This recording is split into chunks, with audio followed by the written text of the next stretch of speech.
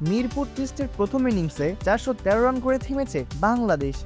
মুশফিকুর রহিমের 50-র পর শেষ দিকে তাসকিন আহমেদের ঝড়ো ব্যাটিংয়ের ফলে 400 পার করেছে টাইগাররা। দ্বিতীয় দিনে 4 উইকেটে 301 রান নিয়ে দিন খেলা শুরু করেছিল বাংলাদেশ। আগের দিন টিকে থাকেন লিটন দাস এবং মুশফিকুর রহিম, তারা দেখে শুনে আগাচ্ছিলেন। 50ও তুলে নেন লিটনে গিয়েছেন 50-র দিকে, তবে 50রা কি থেমেছেন? দলের 338 রানের মাথাতে 67 বলে 33 রান করে।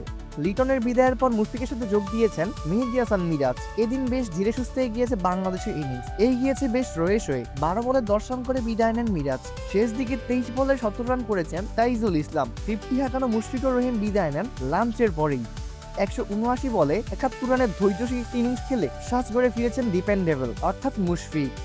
দলের রান তখন 380। একদম শেষ দিকে ঝড় তুলেন টেলেন্ডার তাসকিন আহমেদ। 400 পার করে বাংলাদেশ। দারুণ কিছু শটে রান বের করেছেন তাসকিন। একদম শেষ ব্যাটার হিসেবে 19 বলে 23 রান করেন তিনি। 23 বলে 4 রান করে ক্রিজে টিকেছিলেন নাহিদ রানা। প্রথম ইনিংসে 413 রান করে থেমেছে বাংলাদেশ। পাকিস্তানের হয়ে 5টি উইকেট নেন মোহাম্মদ আব্বাস, 3টি উইকেট নিয়েছেন শাহিন শাহ আফ্রিদি, 1টি করে উইকেট তোলেন নোমান আলী এবং হাসান আলী। অপূর্ব দাস, নেভাস নিউজ।